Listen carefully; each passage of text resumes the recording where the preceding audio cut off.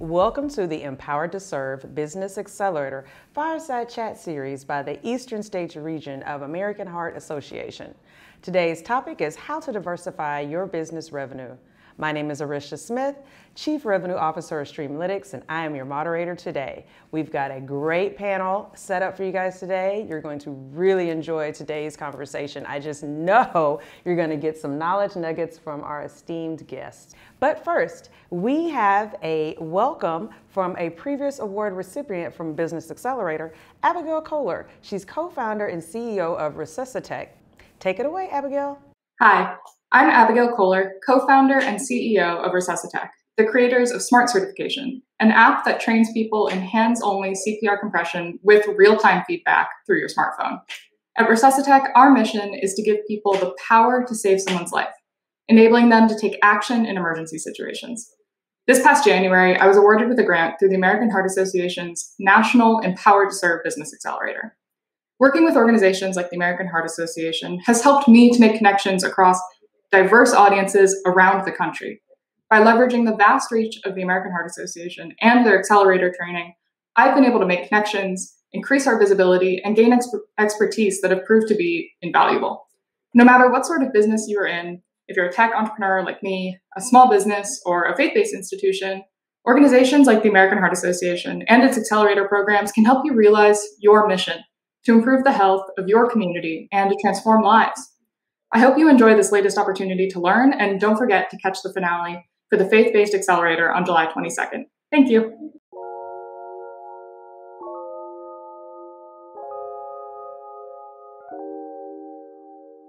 With a passion for all things media and empowering young women, Rashawn Ali is a formidable and revered personality within the sports and entertainment industries. She believes in doing media differently. With over 20 years of syndicated radio host and television experience, Rashawn is not new to revenue diversification. She owns multiple businesses and brands, Cool Sora podcast and apparel, as well as nonprofit Sporty Girls, Inc. Welcome, Rashawn. We're so glad that you're here today. Thank you so much, Arisha. I'm so happy to be here just to talk about, what's been going on in the nonprofit space and how we've all been able to pivot, or at least what my pivoting looks like, and so much more. So just excited to be here today. Our second panelist is Leah Lizarondo. She's CEO and co-founder of 412 Food Rescue. 412 Food Rescue was founded as a direct response to the disconnect between food waste, hunger, and environmental sustainability. Their model of food recovery and redistribution prevents perfectly good food from entering the waste stream and brings healthy food directly to the people who need it. Leah, I'm so glad you're able to join us today. Thank you for coming. Well, thank you so much. I am very excited to be here. COVID-19 affected startup business growth across the board. Many entrepreneurs had to reimagine how their monetization strategy was going to be affected during that time period, during the quarantines. They needed to find ways to diversify their revenue goals. Rashawn, I want to ask you, you have multiple businesses, you have very powerful brands, you're an actress, you're a television personality, you have a lot of, I'll just say, irons in the fire. What did you do, with your businesses to ensure that they were profitable, they were still scaling? How did you decide to diversify in order to progress during this time period? Right. Well, I really had no choice. When the pandemic first hit in March of 2020, obviously all of us were taken aback, and many of us thought, okay, it'll be just a couple of months. Our television show, Sister Circle, which I was a part of, I was one of 4 co-hosts. We were entering our 3rd season, about to enter our 3rd season, thinking that we were going to get that season, but shortly thereafter in April, our show was canceled. So as a multimedia personality, Rashawn Ali Inc., the coach's daughter, that's kind of how I funnel my personality side of who I am. That stopped. That was completely gone. There was no, the way that our contracts were set up, we didn't get any type of back pay, nothing. It was over after a certain amount of time. So I had to figure out what that looked like for me as a multimedia personality. And God is good. I know we're going to, talk a lot more about faith and where the church is right now in all of this as well. But I literally got the opportunity to fill in for my old mentor 3 days later, after I got the news about Sister Circle being canceled because he had a very serious health scare. And so God provided me the opportunity to be on radio. Literally, that happened on a Thursday, and we found out about Sister Circle on a Thursday, and then on that following Monday, I was back on local radio. So See, it just look gave at me, that. yeah, right. It just, I'm like, oh, okay. So You had to move something out of the way for the bigger blessing. For the bigger blessing. And I got to do that literally right here where I'm speaking to you. I got to do radio from this chair. And because I had such a great background, I will say, in Atlanta radio, I just stepped right in and people welcomed me with open arms. But then that Sister Circle not being there just allowed the floodgates to open, moderating events, hosting events, literally from my seat. And I was like, wow, look how everything opened up. And then I got the opportunity to audition. Now I can really say to my acting agent, yeah, send me more stuff, because I'm available now to do that, and landed a role on Tyler Perry's Sisters for season 2. I was in 1 episode, and then I was awarded an opportunity to be on a new show that's coming out in August called All the Queen's Men, which stars Eva Marcille. And so I'm excited about that. Thank you. Yeah. So that's going to be on BET Plus, and all of these amazing opportunities were able to be presented to me. One, because I never lost my faith. I had a human moment. Now let me be honest. Yes, give us the transparency. I gave myself 24 hours, and you know this all too well. One of my line sisters was here, and I just was able to cry. I listened to her. Sometimes things don't go your way, but she uses another word, and I just let it all out. And literally, got the phone call about Brian Cameron not doing so well on that Saturday, and I was on the radio that next Monday. But opportunities just started to flood, and I base it on being open, one, but also being very kind and being giving. Giving is the rent we pay for living. And through my nonprofit, Sporty Girls, and just being an open and loving person, all of that has a residual effect on how you are able to continue to navigate. So that is the Rashawn Ali side, the multimedia personality, and all those opportunities are continuing to flow. Me just allowing myself to be able to partner with amazing brands. And I also, I'm very careful about brand alignment. I don't say yes to everything, because I think that's very important. Just because it has a check attached to it, or you feel like, oh, maybe I should, and there's nothing else going on, it doesn't mean that you should do it. It has to make sense for your brand. And much is the case with the Cool Soror podcast. While I, kind of lessened my episodes a little bit, I wanted to do it bigger. I went full throttle on the brand, on the apparel side of it. And so I partnered with a company, Legacy History Pride, who is already doing great work in that space for HBCUs and their apparel, and getting their licensing with certain historically Black colleges and universities. And I came to them with this idea, the Cool Soror brand, because we cater to each of our organizations. I'm like, let's do something. They had quality products. And they were like, good quality. Yes. I have the hoodie. Right. And I have to say, it is excellent quality. It's very well made. The colors are vibrant. You can throw it in the washer, throw it in the dryer. So I love what you said about being mindful of who you align your brand with, and then your business brands with as well. Just because there is a check or there's an opportunity, it's not necessarily in your best interest to partner with everybody or to work with everybody. Next question. While retail, e-commerce, and restaurant businesses received ebbs and flows as it pertained to their revenue models, community impact businesses received a different type of effect. Since both of you run companies or nonprofits that have a direct impact on the local community, describe how your organization navigated these uncertain times. Leah, I'll go to you first. The way our organization navigated the uncertain times is that, we charged ourselves to become very responsive, very adaptable, very nimble, and really truly understand what is needed right in the moment. So, for example, there were two programs that we introduced right at the beginning of the pandemic when everything locked down. The first was all of the restaurants that were supporting us, were closing down and were themselves challenged. So what we did was we instituted a program called Community Takeout. And what that was we signed up the restaurants that used to donate to us and said, okay, well, we will buy food from you now that there are so many that are food insecure. We will buy food from you and then that way give you revenue and then use that food to distribute to households that are in need. So it was kind of a program that had two impacts. The first was it allowed the restaurants that we work with weather what was called the red phase then, when everything was in complete lockdown.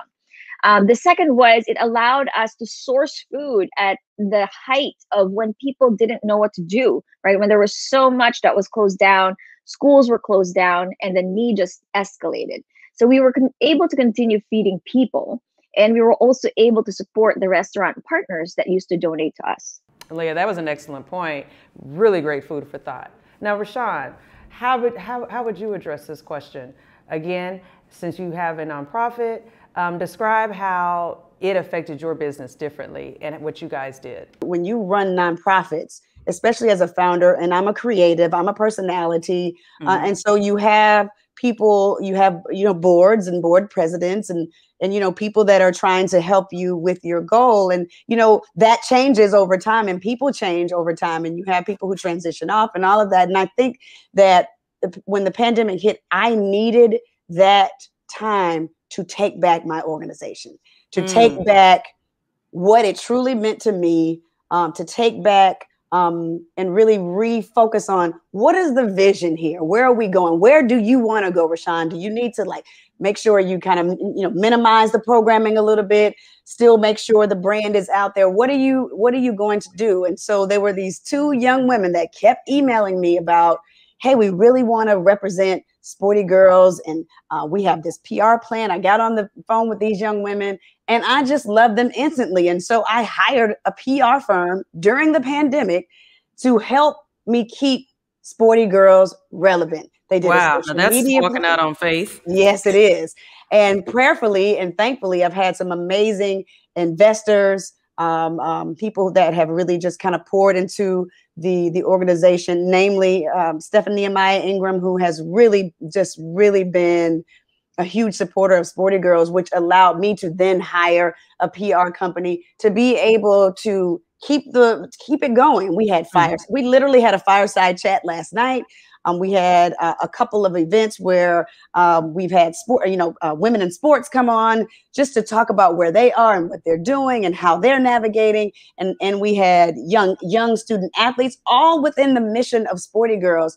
But we made sure we stayed relevant and made sure people kept seeing our name. And then when we had a real social media plan, well, what's your athlete doing today? During the pandemic, you can still do these things as a student athlete. Yep. So really just continuing to make sure the brand was still very relevant. We didn't go silent when the pandemic hit. And now we're going to have our first in-person event in August, but we set ourselves up properly. And I'm glad I took that leap of faith to hire a PR company, knowing I'm like, oh my God, I'm looking at the Sporty Girls budget. I'm like, can we afford it?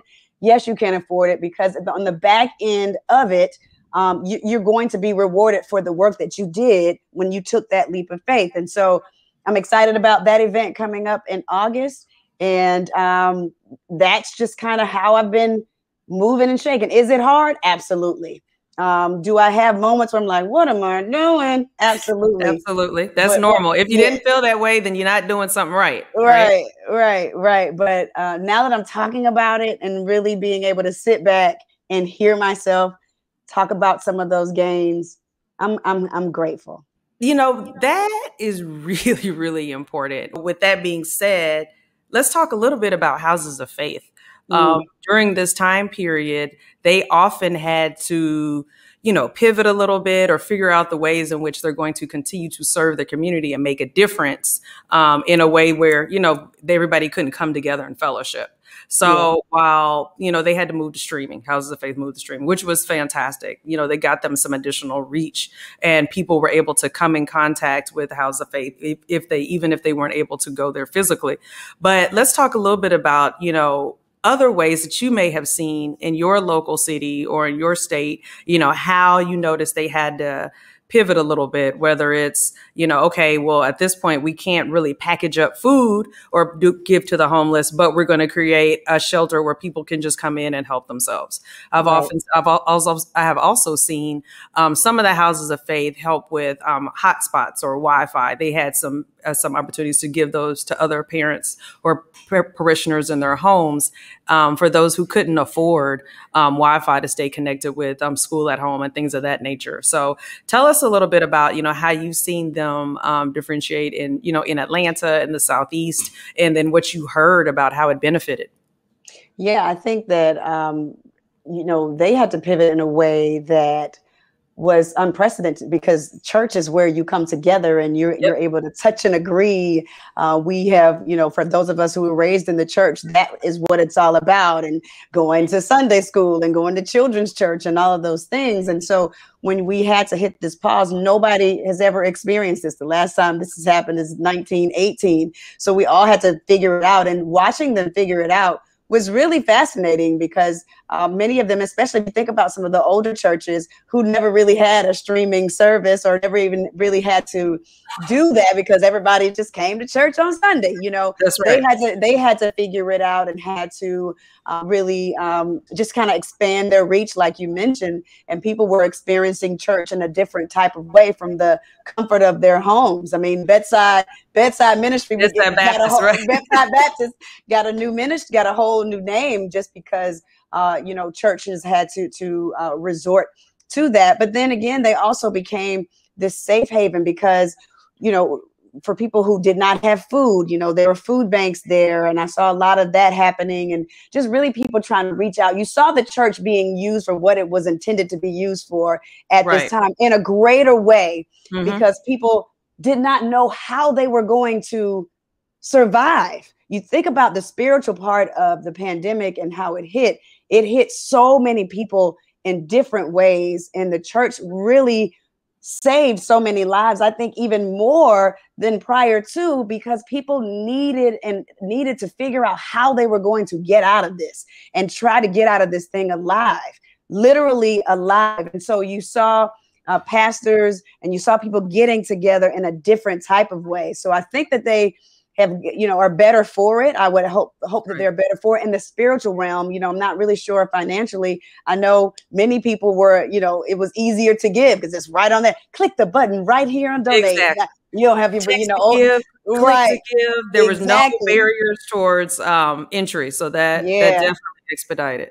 Right. And it made some of our seasoned parents and then the elderly, it made them a little bit more savvy. And, I'm going to church and we start at 11. I got to get off the phone. And my mom taught Sunday school right from her home, right on Zoom and, every fourth Sunday. And she was very excited about that. I think they got a lot out of the class today, baby. So that was a good thing. So technology allowed a lot of people to be able to get better at it, and get a little bit more savvy at it. And I think moving forward, we'll see the advantages that have come from this time for a lot of churches and how they'll be able to really get to the people. I know even in sorority life, I'm not sure if we're going to go back to the overhead of meeting in person. That's the part. That's the part. Between the facility all day. Yes. And all of that. Exactly. You definitely find different ways. What the pandemic definitely taught nonprofits for sure. Yes. That there's a way to cut the fat in the overhead and increase your impact. To your community, to the people you're actually supposed to be serving, and you cut the creature comforts. And you brought up an excellent point.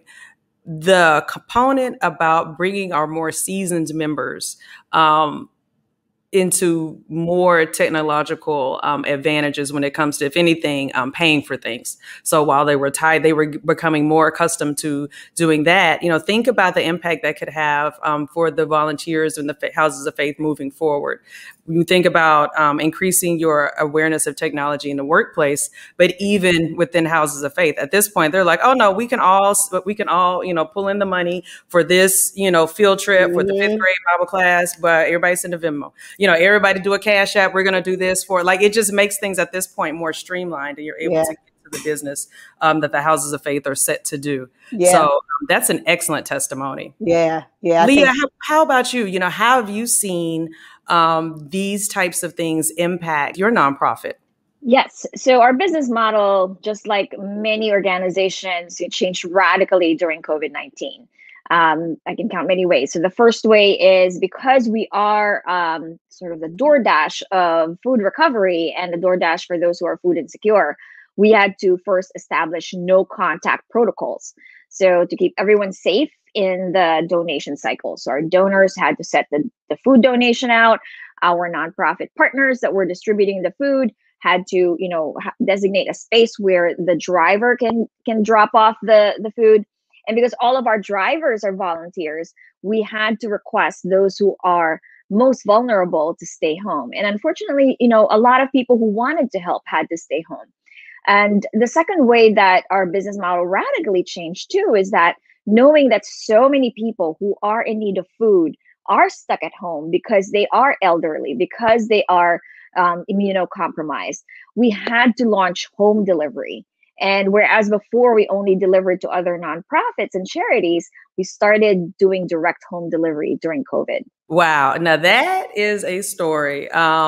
Leah, that was really good information. Thank you for sharing that. I'm sure that many of the entrepreneurs watching, were able to pick up on that and learn something really quickly. So now, moving over into our third question, our final question, we've listened to both of you describe, how you successfully grew your businesses during the pandemic and in uncertain times overall. We don't necessarily have to refer to the pandemic, but when you own your own brand, when you are an entrepreneur, times, it ebbs and flows. It's up and down when it comes to, you'll be in harvest and then sometimes you'll be in want. And so the point of this conversation is, while we are saying diversifying revenue streams, diversification across the board, whether it's your staff, whether it's, the type of people that you're partnering with, whether it's your vendors, and again, ways in which you're optimizing how you're getting funds coming in, for your business. What tips would you offer,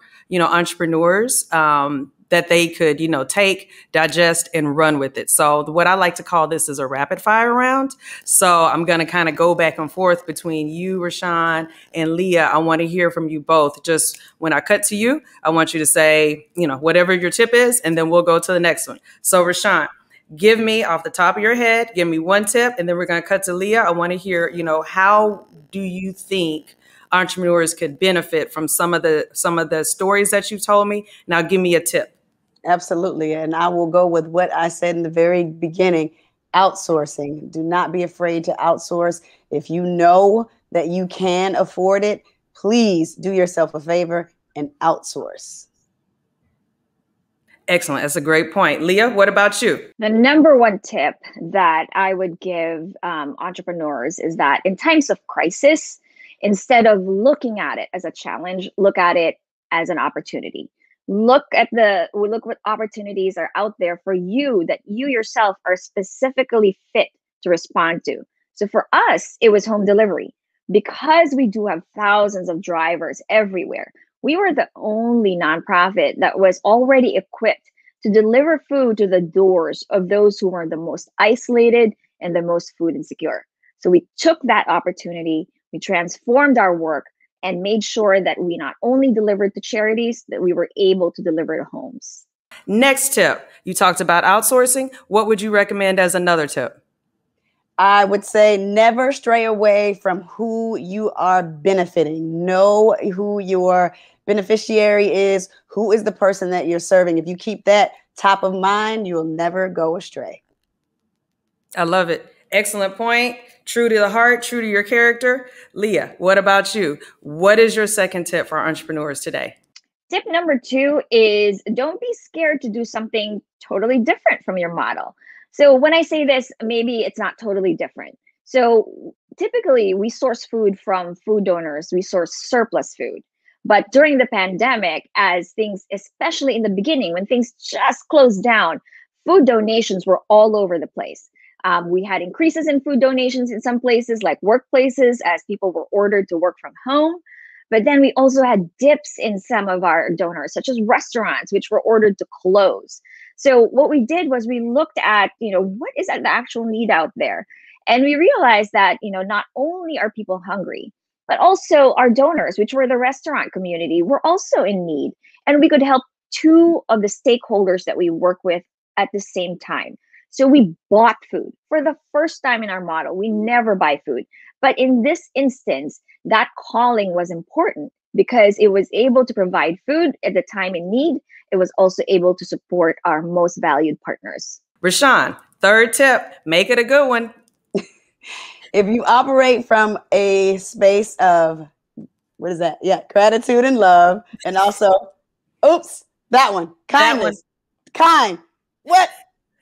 You see it, guys. I got you. Love and the gratitude. Perfect. Right. Okay, right. So I think that those 3 things are something that I really, really embraced throughout this time, knowing that all you have or whatever it is that you need to go to the next level is already there. If you stand in gratitude and love and really operate from a place of kindness, that is the only way for me that I've been able to literally continue to thrive in everything that I touch. So I'm telling you, be grateful when you wake up, be grateful when you go to sleep. And when you can be grateful for the little things, then the abundance is continuing to come your way. That sums us up. I'm speechless after that. You have covered the top, the bottom, and every other piece. Leah, I don't know if you can top that. What's your third tip for our entrepreneurs today? Tip 3 is the thing that made our organization shine during this pandemic and made our organization perform to its best is that everyone in the team trusted each other. We all knew that we were facing something that no one has ever faced before. And then we were about to respond to it without seeing each other. We were all remote. And so there had to be major trust and absolute trust with each other to understand that everyone was working towards the same goal. And once we trusted each other, then everything went as smoothly as we could possibly imagine. We achieved more than we imagined. And even now, post-pandemic, we're a stronger team than when we even started. I'd like to thank our guests, Rashawn and Leah, for joining us today. I know our audience really enjoyed the lessons and the messages that you had to share. Next up, please be sure to join us for the American Heart Association's first Empowered to Serve Business Accelerator Faith-Based on July 22nd. These 6 contestants will compete for over $105,000 in grants. Word of Life International, New York, New York, Shiloh Community Development Corporation in Trenton, New Jersey, Bible Center Church in Pittsburgh, Pennsylvania, the Center for Transformation, Brooklyn, Maryland, Kingdom Care, Inc., Odenton, Maryland, Salvation and Social Justice, Woodbury, New Jersey. Please follow American Heart Association on all social media platforms. For more details, visit empoweredtoserve.org.